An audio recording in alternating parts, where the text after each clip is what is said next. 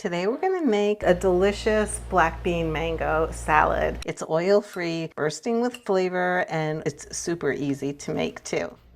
You don't have any oil dressing. It's just the only dressing on this is a lime.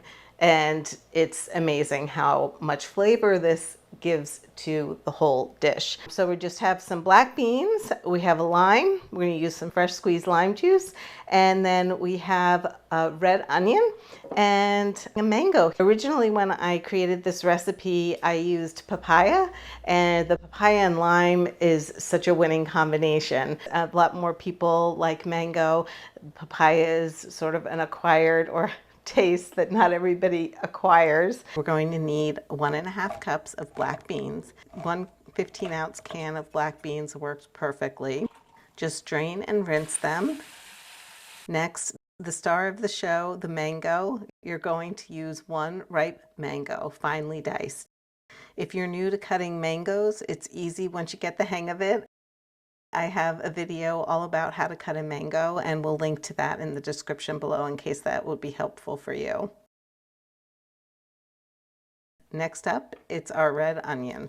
Finely dice about 1/2 a medium red onion. This one is larger, so I'm using about 1/3 of it.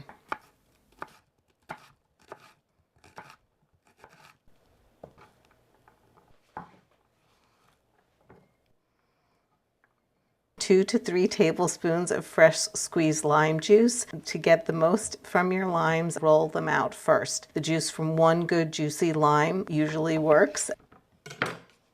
This is totally optional, but I decided this time to throw in some kale. I had lots of fresh kale from the farmer's market, so I decided to finely chop up a large leaf of it and throw it in. Once all your ingredients are prepped, simply combine them in a large bowl and give it a good mix. Always add more lime juice if you need. Lime juice acts as our dressing, giving the salad a bright and tangy flavor without any added oil. This is such a simple and easy salad to prepare. Feel free to customize and play with the quantities depending on what you want and what you like.